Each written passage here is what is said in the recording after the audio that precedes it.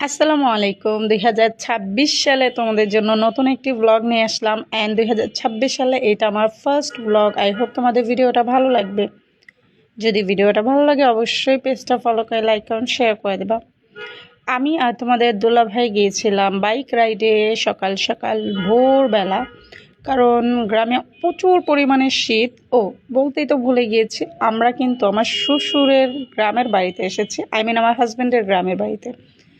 And আমার হাজব্যান্ডের best ফ্রেন্ডের বিয়ে উপলক্ষে আসলে আমাদের গ্রামে আসা। অ্যান্ড এইটা হচ্ছে আমার চাচা শ্বশুরের বাড়ি। তো আমরা ফ্রেশ হয়ে সকাল ভোরে বেরিয়ে গিয়েছিলাম একটু শীতকে আলিঙ্গন করার জন্য। তোমাদের ভাইয়া কিন্তু এসেই আগে দৌড়ে গিয়েছে বাবুকে চেক করার জন্য, কারণ বাবু যেহেতু ঘুমিয়েছিল। অ্যান্ড এখন সময় হচ্ছে 9:30, আমরা ঘুরে ফিরে চলেও এসেছি। অ্যান্ড আজকে আমি অনেক বেশি খুশি, অনেক বেশি এনজয় করেছি।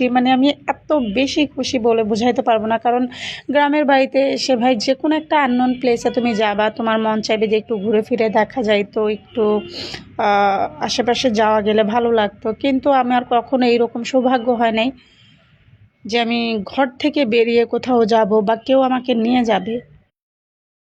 আমার সাথে মাঝে মধ্যে এমনটাও হয়েছে, যদি আমার হাজবেন্ডও আমাকে কোথাও নিয়ে যাইতে চাইতো, তাহলেও কিছু মানুষ মুখের এমন কালা বানাইতো, একদম দেখলে ভয় লাগবে এইরকম মুখ ফুলায় রাখতো। ইভেন ঝগড়া পর্যন্ত লাগাই দিত, কেন আমাকে বাইরে কোথাও নিয়ে যাচ্ছে। তারাও নিয়ে যাবে না, আমার হাজব্যান্ডকেও নিয়ে যেতে দেবে না। তো যাই হোক, আমার হাজব্যান্ড আসলে এইসব কথা থেকে দূরে থাকার জন্য, এই ঝগড়াঝাটি থেকে দূরে থাকার জন্য গ্রামে গেলে বেশিরভাগ সময়ই সে একটু বাইরে বাইরে থাকে, বন্ধুবান্ধবীদের সাথে ঘোরাফেরা করে। অফিস থেকে 2-3 দিনের ছুটি নিয়ে যায়, মানুষ তো এনজয় করার জন্যই যায়, একটু ঘোরাফেরা করার জন্যই যায়। কিছু আমি একটা জিনিস খেয়াল করে দেখলাম যে রেস্ট্রিকশন শুধুমাত্র বাড়ির ছেলের বউদের জন্যই হয়।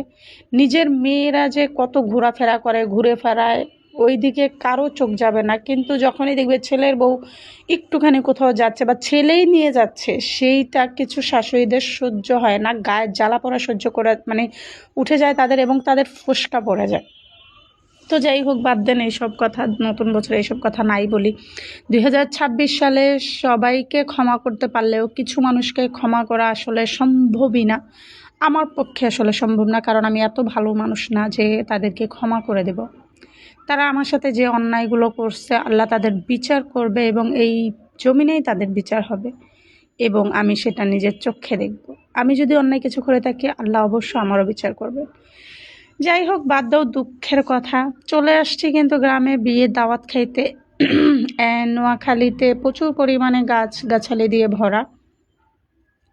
আমাদের শরীয়তপুর যেহেতু নদী ভাঙা দেশ, 2 দিন পর পর বা 2-1 বছর পর পরই মানুষের ভিটা বাড়ি ছেড়ে অন্য জায়গায় পাড়ি জমাতে হয়, কারণ জমি জমা ভেঙে নদীর মাঝখানে চলে যায়। ইভেন আমার দাদা বাড়িও 4-5 বার করে ভাঙা হয়ে গেছে। আমার বাপ দাদার যত সম্পত্তি আছে, বেশিরভাগ জিনিস, বেশিরভাগ জায়গা সম্পত্তি সবই হচ্ছে নদীর মাঝখানে। তো ধরতে গেলে আমরা রোহিঙ্গা ভাই, আমাদের কিছুই নাই, যা আছে নদীর মাঝখানে। পদ্মা আমাদের সব কিছু খেয়ে দিয়েছে। সো আজকের ভিডিওটা আমি এখানেই শেষ করছি। তোমাদের কাছে ভিডিওটা কেমন লাগলো অবশ্যই কমেন্ট করে জানাবা। অ্যান্ড ভিডিওটা ভালো লাগলে পেজটা ফলো করে দিও। আল্লাহ হাফিজ, আসসালামু আলাইকুম।